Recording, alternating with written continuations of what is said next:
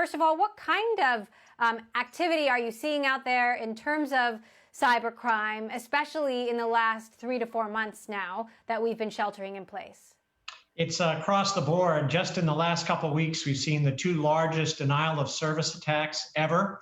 Bank in Europe faced close to a billion packets per second in an attack. We're seeing attacks to steal online accounts. They've doubled year over year.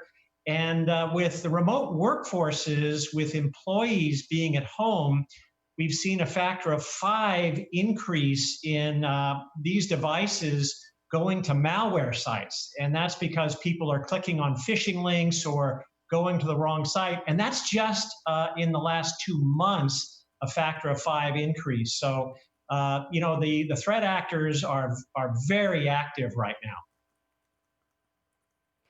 So does that mean then that cybersecurity products need to catch up to a new threat landscape in terms of protecting workers and businesses, given that working from home is probably going to be a big part of the new normal? That's right. And it's constantly a research effort to stay ahead. And at Akamai, that's probably our biggest effort in research is the development of new security capabilities so that these attacks are not successful against our customers. And I think, working from home opens up a whole range of new challenges for enterprises. And that's where our zero trust products are making a big difference today.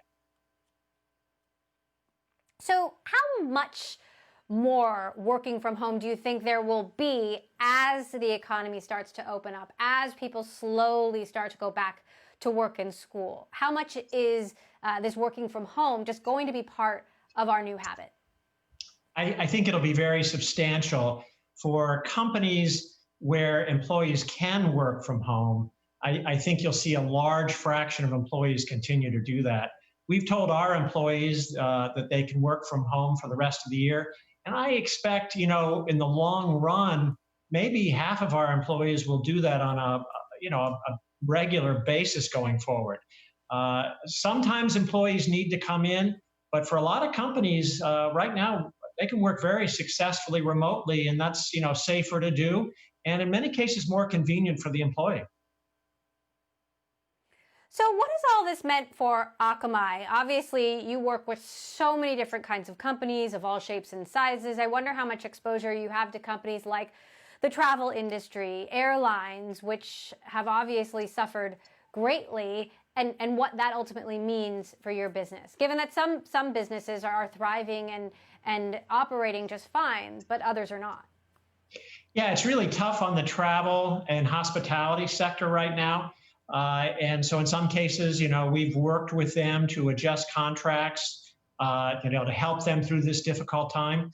Actually, I thought it would be worse than it has been so far.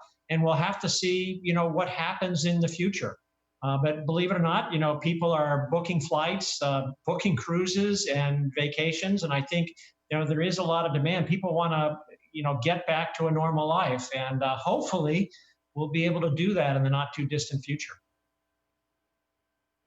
Meantime, we're heading into an election, a critical election. And with that comes interference, foreign and domestic. What are you most worried about in terms of threats on the integrity of this election that could be perpetrated online? Well, the election itself is not online, and that's probably a good thing right now. But where we worry a lot is about the information, the news sites, the social sites, and we help them prevent accounts from being taken over, the information from being corrupted or changed against their will. And that makes a big difference. You really don't want to see that happening around an election because misinformation can do a lot of damage.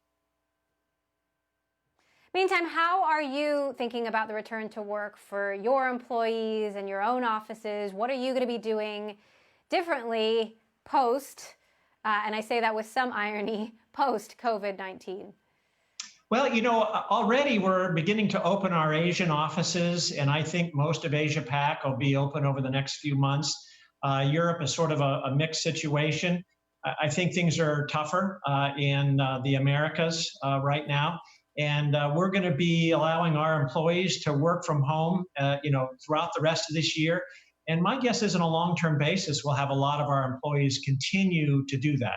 We're very fortunate that we can keep our workforce very productive, during this time. A very small number of our employees need to travel to data centers or operation centers, but the vast majority can work successfully at home, and we're going to continue to enable that.